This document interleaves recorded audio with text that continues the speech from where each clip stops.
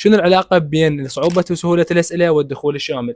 دائما اسمع انه اذا اعطوا دخول شامل تجي اسئله صعبه، واذا ما انطوا تجي الاسئله سهله، هل هالكلام صحيح او لا؟ راح نتعرف عليه من خلال هذا الفيديو. بالبدايه السلام عليكم طلاب.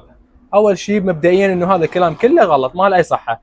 الدخول الشامل اذا انطوه ما له علاقه بصعوبه وسهوله الاسئله، من الوزاره علت الجدول، هي مسويه الاسئله ومجهزتها، فهاي الاسئله ما راح تتعدل مره ثانيه. اذا الوزاره طت دخول شامل الاسئله نفسها راح تجيكم بالدور الاول. خصم الكلام يعني الاسئله صعوبتها وسهولتها ما لها علاقه بالدخول الشامل. بالنسبه للدخول الشامل ان شاء الله جاي وانتظروا وقت الاعلان عنه. دائما اسمع يقولون اذا انطوا دخول شامل ما راح يقلصون المناهج او العكس، هذا الكلام اكيد سمعته خلال هاي الفتره، تعال خليني افهمك على الموضوع.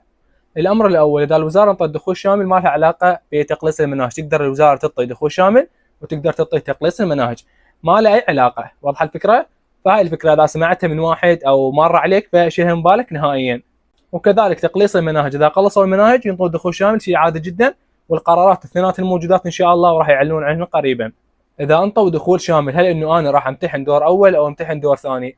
ان شاء الله راح اجاوبك على هذا السؤال. مبدئيا اذا الوزاره انطت الدخول الشامل هذه الايام اعلنت عنه، معناها انتم راح تمتحنون دور اول.